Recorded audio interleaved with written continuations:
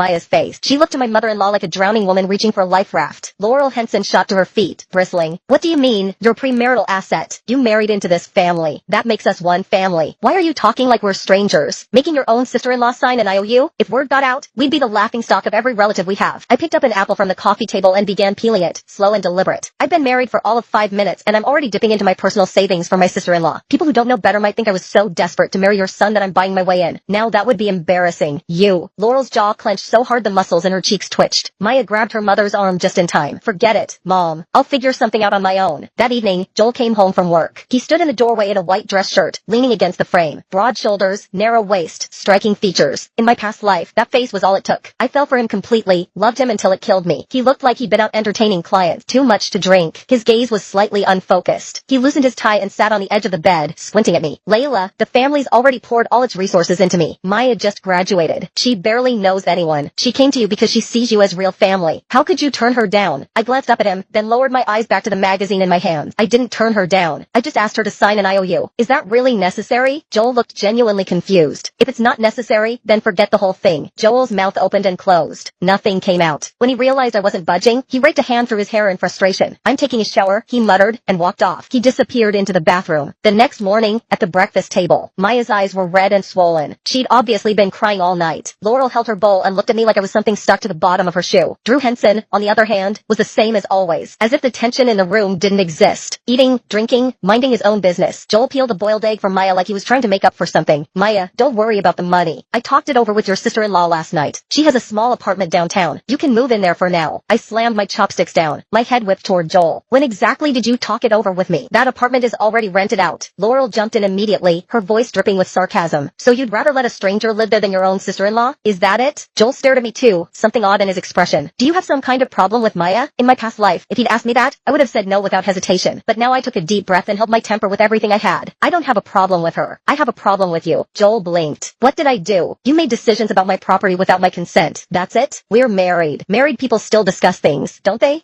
Joel had nothing. I didn't finish breakfast. I grabbed my bag and went straight to the office. During the lunch break, I met up with my best friend. She was a lawyer. Her time was measured in billable seconds. I got right to the point. I want to divorce Joel. Can you help me sort out my premarital assets? She froze. You've only been married a month. Did he cheat? I shook my head. No, just family issues. She winced. In that case, it has to be a mutual agreement. If Joel doesn't consent, the court almost certainly won't grant a divorce. That was just how the law worked. Easy to get married. Nearly impossible to get out. That evening, Joel was waiting outside my office. A massive bouquet of red roses sat in the passenger seat. Come on, don't be mad. The apartment thing was my fault. I've already figured out another way to handle it. The second those words left his mouth, my scalp prickled.